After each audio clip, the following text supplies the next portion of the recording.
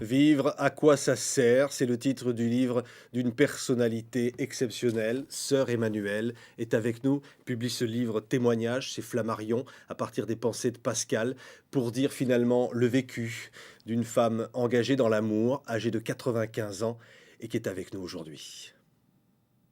Il y a plus de 30 ans, la petite sœur des chiffonniers, après des années d'enseignement, choisit à sa retraite de se consacrer aux exclus des bidonvilles du Caire. À 63 ans, elle va vivre au milieu des ordures, des rats et des cochons. Comment est-il possible qu'en 1978, nous ayons des petits dômes qui vivent dans un tas d'ordures, alors que tant de millions d'autres sont trop gâtés, sont pourris même par leurs parents? C'est une injustice telle, c'est ça qui crie vengeance. Aux 40 000 gosses qui essayent de survivre des reventes de ces déchets, elle va offrir des écoles, des hôpitaux, des jardins d'enfants. Les aider simplement à retrouver le sourire et l'espoir.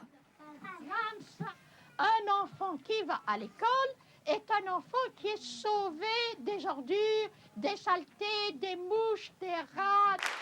Sœur Emmanuelle fait partie des personnalités préférées des Français. Infatigable et révoltée, elle défie la misère, tutoie tout le monde, bouscule les convenances, les consciences, pour remettre, comme elle le répète inlassablement, les hommes debout. Merci, sœur Emmanuelle, d'être avec nous. J'avais envie de vous dire, à 95 ans, vous êtes une révolutionnaire. Enfin, entendons-nous, révolutionnaire, c'est-à-dire, je crois que tout homme sur Terre, à des moments, se sent révolutionnaire. Toi, Patrick, ça t'arrive, non? Ben peut-être, oui. Sûrement. Ouais. C'est-à-dire changer les choses et se dire que, et on va évidemment parler de ce livre événement, Vivre, à quoi ça sert, et se dire qu'il n'y a pas de fatalité. Ah non. Non, c'est-à-dire que tu vois, il faut toujours lutter dans la vie. Et mon expérience donc de très vieille femme, c'est quand on s'acharne, on est toujours vainqueur. Mais il faut s'acharner, aller jusqu'au bout, continuer jusqu'à ce qu'on transforme quelque chose. On ne transforme pas le monde, mais on doit transformer quelque chose dans le monde. Chaque être humain doit le faire. Ouais, c'est se dire, sinon la vie ça sert à rien. Sinon, c'est bête, c'est même macabre, ça n'a pas de sens. Dans ce livre, il est dit, sœur Emmanuelle, et d'une manière assez crue mais réelle, sinon on est un cadavre, on va descendre dans un trou, on est mort. Et la vie n'aura servi à rien. Et finalement, ce qui transcende tout ça, ce qui transcende la mort, c'est l'amour. Ah voilà, c'est l'amour. Et ça, c'est merveilleux. Et tu vois, Patrick, il y a tant de gens dont on ne parle jamais et qui savent aimer. J'en ai rencontré, vraiment, j'ai été dans les 5 continents. Et c'est ça qui m'a donné ce punch. C'est de voir à quel point l'homme a une valeur. L'homme est capable de choses, mais extraordinaires, jour par jour, sans paraître à la télévision, justement. Et l'homme le plus humble, parce qu'évidemment, ma sœur, vous êtes allée avec les enfants, on l'a vu dans ce reportage à l'instant, on va évidemment parler de ce parcours incroyable, dire que tout a commencé avec d'abord, on va aller voir ces visages de vos parents chéris, hein, cette enfance née à Bruxelles, c'était en 1908. Oui, je suis né Et en c'est 1908, c'est pas avant-hier. Hein. ces parents que l'on voit ici à l'image, c'est une enfance heureuse qui s'est un jour arrêtée par... Enfin, il y a eu un drame. Il y a eu un drame terrible. Oui. Je suis pas la seule. Hein. Ouais.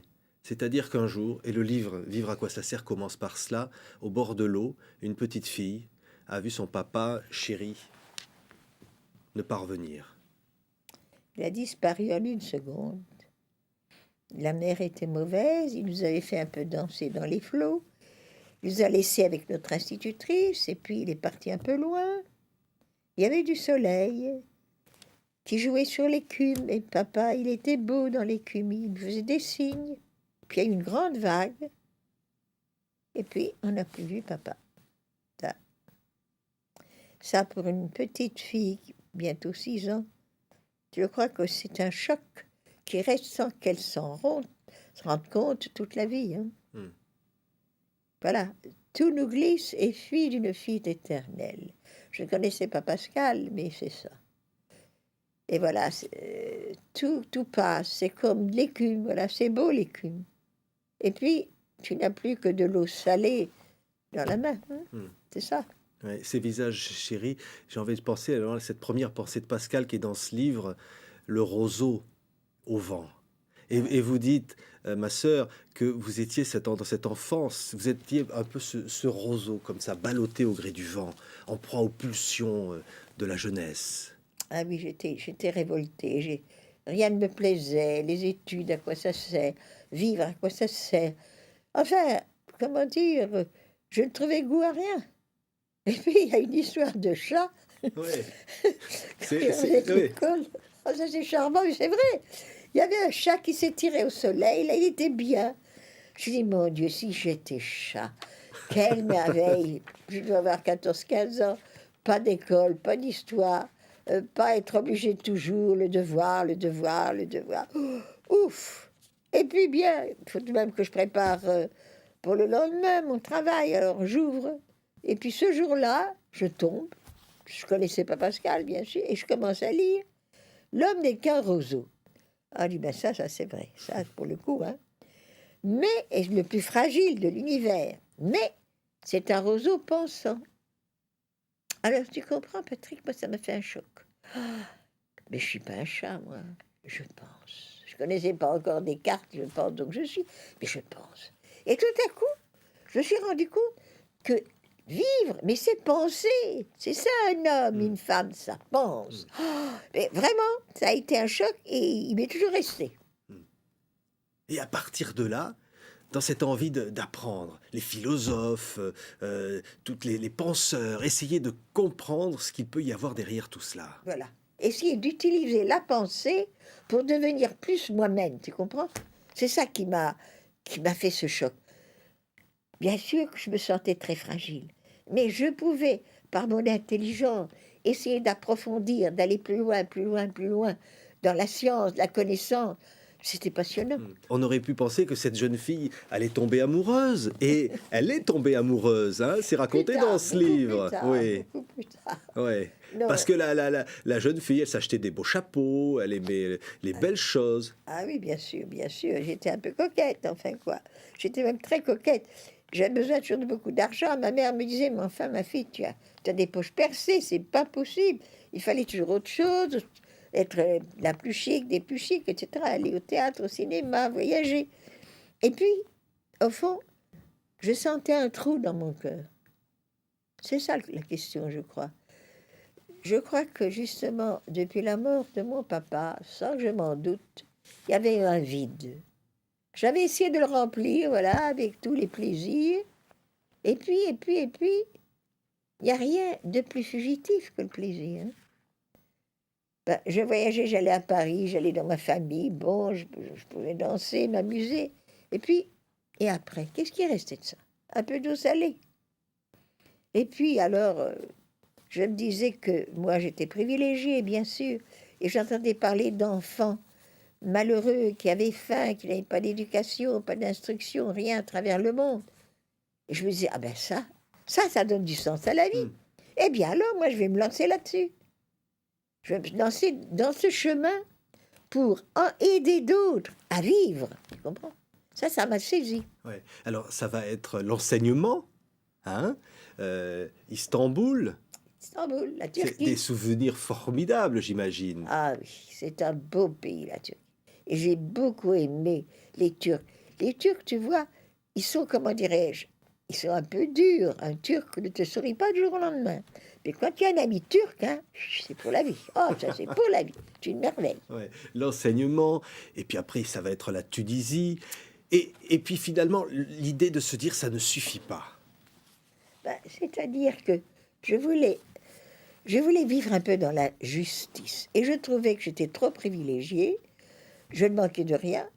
Parce que la supérieure de toute communauté religieuse est tenue par la règle, obligée de veiller à ce que chaque sœur ait ce qu'il lui faut en nourriture pour après travailler, qu'elle puisse dormir dans un lit convenable, qu'elle ait les vêtements nécessaires pour ne pas avoir froid en hiver, de sorte que je me disais, mais moi, au fond, qu'est-ce qui me manque? Rien. Et tant d'enfants qui, eux, sont privés. Alors, quand j'avais 62 ans, nous avons passé notre beau collège aux sœurs égyptiennes à Alexandrie. Je pouvais rentrer en France, me reposer. Mais me reposer de quoi, Seigneur? Non, je me sentais encore pleine de vie. Alors j'ai visité un bidonville Je ne connaissais pas. Je ne savais même pas que c'était possible. Qu'il y avait des enfants qui vivent dans l'ordure, sale, pas d'école, pas de dispensaire, pas d'église ou pas de mosquée pour les petits musulmans. Il n'y avait rien, que des ordures, parce que les parents allaient chercher les ordures et vivaient des ordures, revendaient ce qui était revendable. Alors, j'ai compris que non, je ne devais pas rentrer me reposer en France. J'avais eu 40 ans d'enseignement. Non. Je pouvais enfin vivre mon rêve, partager nuit et jour. Quelque chose qui était juste. J'étais plus privilégiée. J'étais moi aussi au milieu des rats, des chiens sauvages, ces petits animaux dans une petite cabane sans eau, sans électricité. Enfin, je vivais comme, mon Dieu, des millions d'hommes, de femmes et d'enfants. C'était ça, finalement, vous dites, c'est le bonheur, finalement. Eh bien, tu sais, hein, c'est quelque chose d'extraordinaire. Vraiment, c'est extraordinaire. Je n'aurais jamais pensé que privé de tout, car dans un bidonville, on n'a rien, naturellement. Il n'y a pas de magasin, il n'y a pas de cinéma, il n'y a rien, il n'y a pas de ski, il n'y a rien. Mais il y a l'homme et il y a tout. Parce qu'il y a la relation très, très simple, très chaleureuse, quotidienne, de tous les instants. On se serre les coudes, on est encordé. J'ai senti ça très fort dans ce bidonville. Et c'est ça qui donne ce punch dans la vie. Ouais. Sœur Emmanuelle, on va avoir l'adresse évidemment des amis de Sœur Emmanuelle s'afficher, on la reverra à la fin de cette émission bien sûr pour tous ceux qui nous écoutent et qui ont envie aussi comme ça de faire quelque chose, mais dire que quand même il y a eu quand même des moments de doute, et là vous le dites, ceux qui doutent, même ceux qui doutent de Dieu, sont une partie de moi. C'est parce que tu vois, je vais t'expliquer, c'est que moi je suis passée par tout ça. J'étais une famille très catholique. Et à l'époque, il y a 70 ans de ça, le doute existait pour un petit pas. C'était normal, tout le monde allait à la messe, et bien tout le monde croyait en Dieu, puis c'est tout. Et puis, quand j'étais à Istanbul, il s'est fait que, c'était pendant la guerre, j'avais demandé d'être surtout avec les plus pauvres, les enfants, les plus petits. Et là, je n'avais pas besoin, évidemment, de licence. Et puis, arrivé à Istanbul, la directrice a trouvé que j'avais une certaine capacité d'enseignement et qu'il fallait me mettre avec des élèves plus grandes. Et alors, je me suis rendu compte qu'il me fallait une licence. Je ne pouvais pas aller à la Sorbonne, on ne pouvait même pas écrire. Alors, j'étais à l'université d'Istanbul. Je commençais par la philo. Et tout à coup, je me suis trouvée avec des professeurs de très haute qualité, musulmans et juifs. Pour eux, évidemment, au-dessus de Mohammed, Mahomet, au-dessus de Moïse, il n'y avait rien. Et moi, au-dessus de Jésus-Christ. Et où était la vérité? Moi, j'allais être chrétienne parce que mes parents l'étaient? Non. Je voulais l'être parce que moi, j'étais convaincue. Alors, j'ai étudié la philosophie, j'allais trouver un beau système qui allait m'aider à trouver la vérité avec un V majuscule. Et puis, je me suis rendu compte que les philosophes, qu'est-ce que Dieu se succèdent? Et les philosophies disparaissent, et c'est toujours le dernier, n'est-ce pas, qui est le plus intelligent. À cette époque, c'était Bergson, c'était le grand ponce du Collège de France, c'est très bien, mais elle est passée, naturellement. Et puis, bon, alors après, je me suis dit, non, j'ai étudié les religions, j'ai étudié toutes les religions, avec avidité, tu sais, je vois encore un bouquin énorme, je prenais des notes, je résumais tout, et j'ai trouvé dans toute religion un rayon de lumière, c'était vraiment beau. Dans le Christ, il m'a semblé le soleil, en son zénith. Oui, mais, quelle preuve?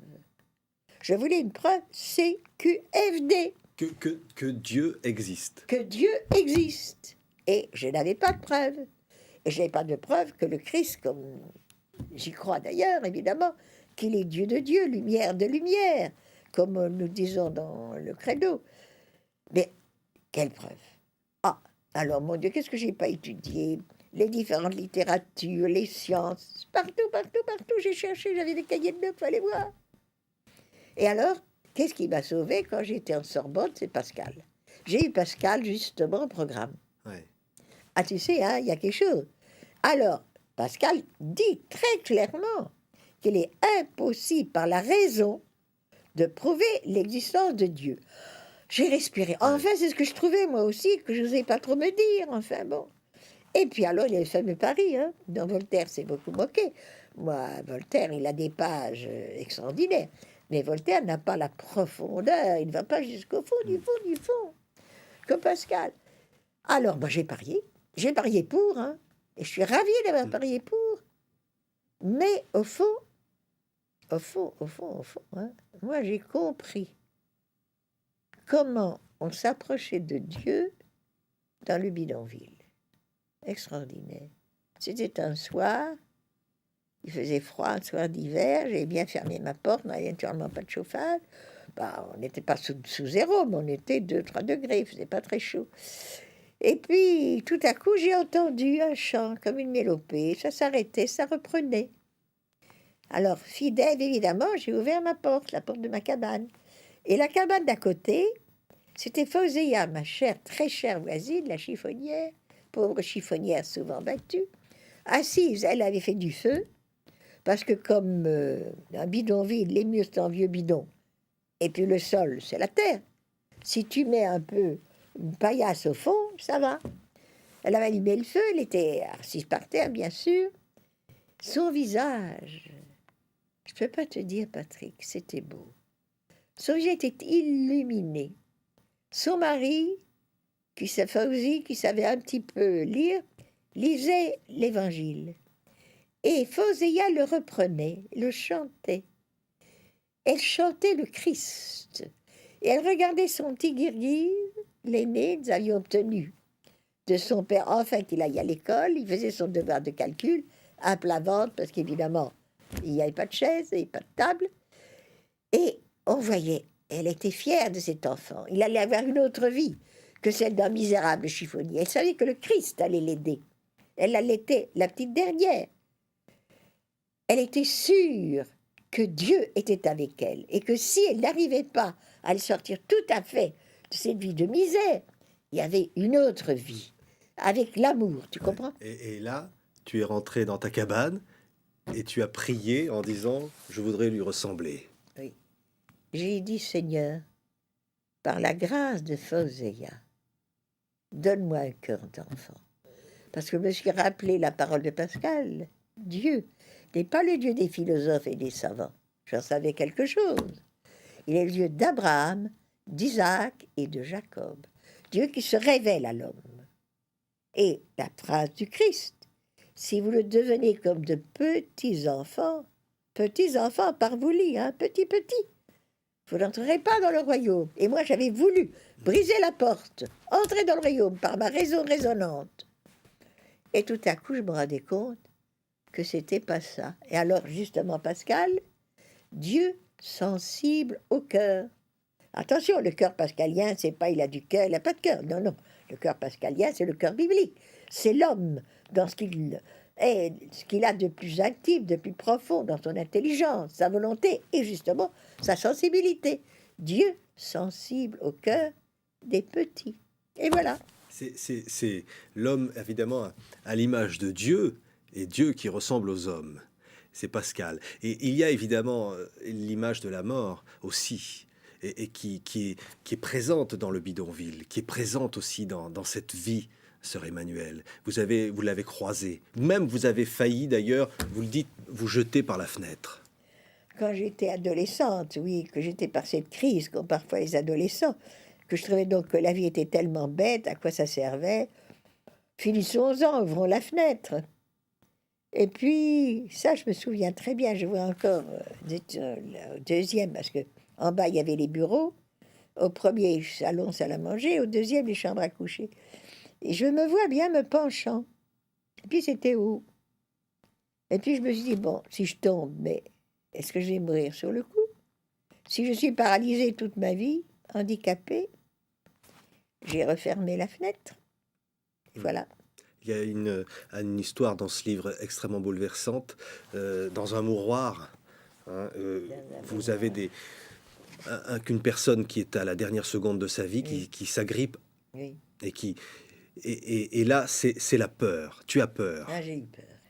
Parce que je suis entrée dans ce mouroir, c'était à Khartoum, parce que j'aimais énormément Mère Teresa et tout ce qu'elle fait dans le monde. Je suis entrée dans ce mouroir, et alors, en mettant le premier pas, Il y a généralement des matelas par terre très propres, des draps mais d'une blancheur immaculée. Et des pauvres gens qu'on n'a pas fait ramasser dans la rue. Hein. Et c'était un noir, je le vois encore. Et puis quand je me suis un peu approchée, il y avait sur son visage cette expression des gens à l'agonie. Ça m'a vraiment impressionnée. Et puis tout à coup, il a fait un geste. Il a jeté son bras vers moi. Ses ongles étaient assez longs. Et il a planté ses ongles dans mon bras. Il me tenait, tu sais, le spasme de l'agonie. Alors moi, je suis restée là. Vraiment, j'ai eu peur. Je ne suis pas très courageuse, moi.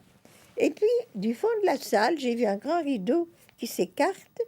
Et une sœur de la charité, tu sais, avec ce sarrau et puis ce bleu qu'elle porte là, elle portait un plateau, il y avait une carafe et des verres. Elle a déposé le plateau par terre parce qu'il y avait une guichet, il n'y avait rien. Et puis elle a rempli un verre d'eau et s'est approchée d'une pauvre femme, s'est mise à genoux devant elle et on m'avait dit que c'était une malheureuse qu'on avait trouvée dans une poubelle remplie de verre, qu'on avait sorti de là, lavé, etc. Et j'ai vu cette sœur qui a regardé cette misérable, mais avec un amour, quelque chose de chaleureux, de doux, de tendre, en lui mettant le verre sur les lèvres. Et j'ai vu le visage alors de cette femme. Ça s'est éclairé, il y a eu quelque chose. Tout à coup, elle se sentait aimée. Il y avait quelqu'un qui la regardait, qui l'aidait, qui la soutenait. Alors moi, j'ai eu honte de moi-même. Je me dis, alors Emmanuel, du courage, hein. Et puis j'ai essayé moi aussi de donner un sourire, mais un sourire plein de chaleur, plein d'amour à ce pauvre agonisant. Ça a été extraordinaire. Ce faciès s'est un peu transformé. Il m'a regardé, il m'a souri et il a laissé tomber le bras. Je crois qu'il est retombé, c'était fini. Alors, tout à coup, j'ai senti que l'amour est plus fort que la mort. Que ce dernier regard d'amour vis-à-vis de cet homme crée entre lui et moi un lien qui ne mourrait pas. C'est ça l'amour, tu vois. Ça a une force telle que rien ne peut briser l'amour. La vie matérielle dans la société moderne, on court après la réussite. Même d'ailleurs, ceux qui sont dans des actions humanitaires, peut-être parfois de l'orgueil, et qui courent après tout cela. Et puis, en fait, il y a l'amour. Et l'amour, c'est un joyau. Hein. Ce sont des joyaux qui s'additionnent et finalement qui sont autant de moments d'éternité. C'est ça. C'est exactement ça, un moment d'éternité. Tu vois, Pascal dit si bien dans les trois ordres, les trois grandeurs, attention, parce que Pascal a beaucoup d'admiration. Grandeur de la matière, Dieu sait. Quelle grandeur. Mais toute la matière ensemble ne fait pas une seule pensée. C'est dans notre ordre, ça ne se touche pas. Mais toutes les pensées ensemble ne font pas un seul acte d'amour gratuit. C'est le troisième ordre. Et cet ordre-là, qui est éternel. Et c'est ça, les moments d'éternité. Et tu vois, moi, je vois autour de moi tant de gens qui aiment. C'est pas vrai que les hommes sont égoïstes. Bien sûr, nous avons tous de l'égoïsme. Mais que de parents, j'ai entendu cette phrase dans toutes les langues que je ne comprenais pas, on me le traduisait à travers le monde. De parents fatigués, travaillant, parfois ayant 2 genres de travail par jour, et qui me disaient, ma sœur, c'est vrai, je n'en peux plus, mais mon fils sera mieux que moi. Je vais lui offrir de bonnes études. Et tant pis pour moi si j'en peux plus. Mon fils sera plus grand que moi. C'est merveilleux, ça. Ouais. C'est-à-dire, on court pour oublier le vide, en quelque sorte. Ah, voilà. C'est l'agitation. Voilà. Ça, c'est le divertissement de Pascal. Ouais. Il parle beaucoup du divertissement. Juste exactement ça. L'homme sentant en lui un vide, un manque, qu'est-ce qu'il fait? Il court toujours derrière. Des plaisirs pour oublier. Ça, c'est encore tout à fait autre chose. Nous sommes dans l'ordre de la matière, hein, de libido, comme dit Pascal aussi. Enfin, ça s'est pris de la Bible, la libido. Et alors, cette libido, c'est-à-dire ce désir de toujours jouir, ne satisfait pas le cœur de l'homme. Il garde toujours ce trou. Et puis, ces phrases à la Pascal, cœur creux et plein d'ordures. Et il parle pour tous les hommes, hein, attention. Moi, toi, lui, nous. Nous avons, si nous nous regardons bien, Nous avons beaucoup de faiblesses. Nous avons beaucoup de manques en nous, Ouais. n'est-ce pas? L'intolérance, parfois inspirée par des religions que l'on interprète mal aussi. Ah, ça, De c'est ceux qui croient qu'ils, par orgueil, vont se sacrifier au profit de l'humanité entière. Oui, ça c'est terrible, hein, ça c'est terrible. Mais ce qu'il y a, hein, c'est que parfois, en effet, ça Voltaire avait raison sur ce point, qu'il n'y a rien de pire que la religion pour créer l'intolérance. Nous en savons tous quelque chose. Mais d'autre part, tu sais, moi j'ai des milliers d'amis musulmans, j'aurais été un pays musulman, eh bien j'ai des milliers d'amis musulmans, mais qui ne sont pas du tout fanatiques. L'islam n'est pas fanatique, c'est pas vrai. Il y a malheureusement dans l'islam des fanatiques qui utilisent, soi-disant, le Coran, mais ils l'utilisent très mal. Mais j'ai vu dans toutes les religions, chez les juifs, j'ai beaucoup d'amis juifs, j'ai des amis bouddhistes, j'ai des amis musulmans, etc.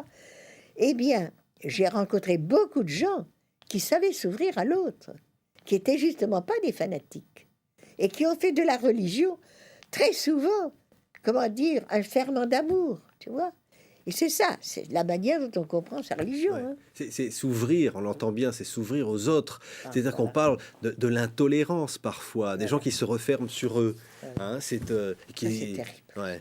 Et tu vois, comme tu l'as dit si bien, être intolérant au point de croire qu'il faut tuer l'autre parce qu'il n'est pas de sa propre religion et qu'il n'a pas les mêmes principes politiques ou autres, ça c'est le comble de la fermeture, n'est-ce pas? C'est terrible. Mais moi, je prie beaucoup pour ces gens-là. Il y a une prière que j'aime beaucoup. Seigneur, pitié pour ceux qui meurent et ceux qui font mourir. Ce sont des gens qui... On doit tout pardonner, même le pire.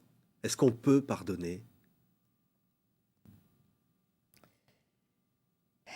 Je crois que quand on a reçu des blessures terribles, comme je connais des amis qui en ont reçu, on ne peut pas pardonner de soi-même. Mais, il y a un très grand mais.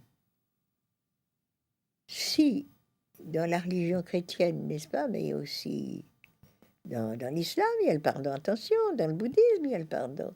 Dans le christianisme, il y a très fort, parce que nous avons cette parole extraordinaire du Christ, quand on lui met des clous dans les pieds, dans les mains, et qu'il dit, Père, pardonne-leur, car ils ne savent pas ce qu'ils font.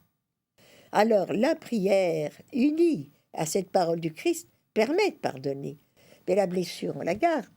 Pardonner, ça ne veut pas dire qu'on oublie, qu'on ne souffre plus. Ça veut dire qu'on veut du bien à celui qui nous a fait du mal et qu'on dit du bien de lui. Ça, on peut le faire par la volonté. Et j'ai beaucoup d'amis qui savent pardonner. Ouais. Mais par exemple, des moments de doute, et finalement, c'est limite de la raison dont parle aussi Pascal. C'est savoir qu'on ne peut pas savoir. C'est accepter ses limites, tu vois. Et là, je peux dire qu'une petite anecdote d'Augustin m'a très souvent aidé. C'est une anecdote qu'on connaît beaucoup. Augustin, je parle, le grand philosophe, ça, le grand théologien, eh bien, il se promenait, paraît-il, le long de la mer de Carthage, qui est une mer extraordinaire, je suis passée par là aussi. Et il préparait son De Trinitate, n'est-ce pas, sur la Trinité de Dieu. Et c'était un sujet, un thème d'une profondeur. Et il cherchait par son intelligence, bien sûr, et il avait raison d'ailleurs. Et puis il voit un petit gosse de 4-5 ans qui avait fait un trou dans le sable, un petit coquillage, qui courait à la mer, prendre de l'eau dans le coquillage et qui versait dans le trou. Alors à un moment, le grand philosophe théologien s'arrête, il dit au petit, mais qu'est-ce que tu fais? Moi, je vais remplir mon trou avec la mer, toute la mer. Alors naturellement, Augustin sourit, un petit gosse, son papa lui explique. Et puis, tout à coup, il s'est remis en question. Enfin, qui est le plus bête des deux? Moi, je vais mettre Dieu dans mon trou, dans le trou de mon crâne, quel que soit le cerveau. Et lui, il veut mettre la mer dans son trou à lui. Et ça lui a donné un peu à réfléchir. Et je t'avoue que ça m'a beaucoup aidé, cela. Parce que quand ça m'arrive encore, je ratiocine, si Dieu existe, pourquoi il y a tant de choses Bon, et puis, tu veux mettre Dieu dans ton trou, toi, Emmanuel, allez, les moulins à vent. Sois sûr que Dieu est amour et que lui sait que cette vie ici, aussi terrible qu'elle soit, c'est quelques instants pour l'éternité, et qu'après, il offre, et justement, le Christ est venu pour ça, il offre à tous ceux qui souffrent, qui sont les victimes, mais un jour, attention, attention l'échelle sociale, hein, celui qui est tout en bas, un jour pour l'éternité, c'est l'échelle de Jacob. Oui, mais quand une petite fille, un jour... Ah oui. Oui, ça... Là, il y a le doute. Ah non, mais ça a été terrible. Ça, c'était à Beyrouth. Nous étions partis avec mon association, justement, des amis de sœur Emmanuel. Nous cherchons partout, évidemment, des enfants sauvés. Maintenant, nous en avons 70 000. À cette époque, on n'en avait pas tellement, mais enfin... Nous sommes partis avec son président pour sauver les enfants du Liban. C'était en pleine guerre. Il y avait une petite fille, je me souviens bien, elle s'appelait Lila. Mais je la vois, tu sais, ces petites Libanais, ces grands yeux noirs, ces cheveux bouclés. Un amour. Enfin, la ferme a été détruite par les bombardements. Les parents s'étaient réfugiés à Khartoum, à Beyrouth. Et j'étais, ne pouvais rien faire. On allait les sauver, on allait prendre la petite, lui donner tout, quoi. Et puis, qu'est-ce que j'ai appris? Dans la soirée, la petite a été au balcon, parce que j'étais réfugiée dans un appartement avec balcon. Et un tueur en face, à ce qui paraît qu'il y en avait, caché derrière la cheminée, l'a abattu. L'a abattu, parce que chaque corps abattu, il avait je ne sais pas combien de dollars. Alors tu sais, quand j'ai appris ça, cet enfant, je ne peux pas te dire qu'elle était mignonne. On s'était embrassés avec effusion, on allait lui donner une vie normale et belle. Et qu'en une seconde, cette espèce de type-là, enfin, ce salaud n'aura jamais de mots assez vulgaires, hein, pour des dollars. Ah, j'ai supprimé cette vie. Je lui dis, mais enfin, Seigneur, où es-tu? Mais qu'est-ce que tu fais? Ça t'est égal, toi? Que cette petite chérie-là qui ne demandait qu'à vivre soit tuée comme ça, en une minute. Ah, alors tout de même, ça, c'est trop fort. Alors là, vraiment, moi, je suis comme une mère démontée à ces moments-là. Alors, moi, j'ai mon petit secret, chacun fait ce qu'il peut. Tu sais, moi, je prie une certaine femme, la femme de la douleur, la femme de la mort, la femme en qui on a remis dans les bras son fils, avec justement des trous dans les pieds, dans les mains, sur le côté, du sang partout, etc. C'était horrible ce qu'on lui a rendu. Son fils. Eh bien, nous l'appelons la Pietà. J'aime beaucoup la Pietà de Michel-Ange, mais enfin, c'est une femme grecque, une déesse. J'aime mieux la Pietà d'Avignon, d'autres dans les églises. Les femmes qui ont été peintes ou sculptées par des gens plus, je ne sais pas, peut-être moins de talent qu'un Michel-Ange, mais qui représentent la femme qui souffre vraiment. Alors, quand je la regarde, c'est difficile à expliquer, mais jamais, jamais, mais jamais, je n'ai rencontré une peinture, une sculpture de la femme de la mort, de ce vendredi, jamais elle n'a été représentée. Tout est perdu, il est mort, c'est fini. Ça, c'est Marie-Madeleine. Marie-Madeleine est là souvent. C'est fini. La Vierge, non. Elle est sûre. Il y a quelque chose dans son visage. Bien sûr, il y a des larmes, elle est la douleur. Mais elle est sûre, elle, que ce corps va tressaillir, qu'il va ressusciter, que c'est pas vrai que la mort est la mort pour l'éternité. Et alors, tu vois, quand je la regarde, je ne sais pas, j'ai l'impression que la mer se calme, se calme, se calme, se calme.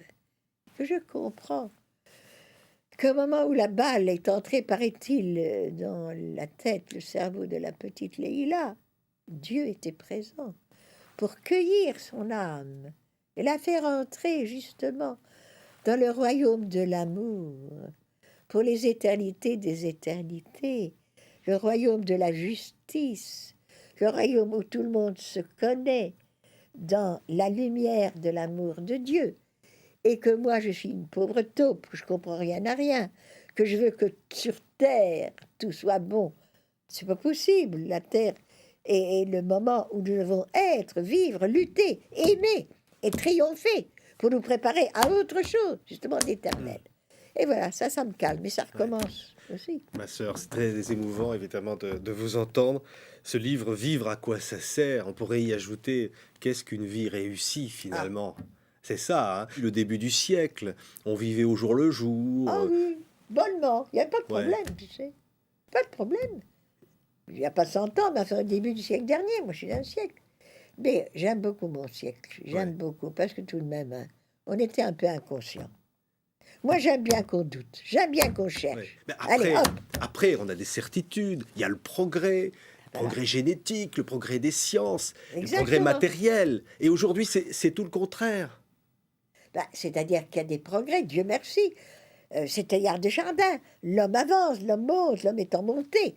Mais aussi que d'hommes, surtout moi j'aime beaucoup les jeunes, tu sais. J'ai rencontré beaucoup de jeunes. Nos jeunes sont merveilleux. Tu as qu'à les motiver. Hein. J'écris aussi un petit livre. Il y a là en avant les jeunes. Le chapitre que je préfère, les jeunes motivés sont fabuleux. J'en ai rencontré partout. Dès que tu motives un jeune, il est partant. Allez, je les ai vus dans le tiers-monde. Oh là Ouais. là là là là là. Et aujourd'hui, quasiment une star, sœur Emmanuel.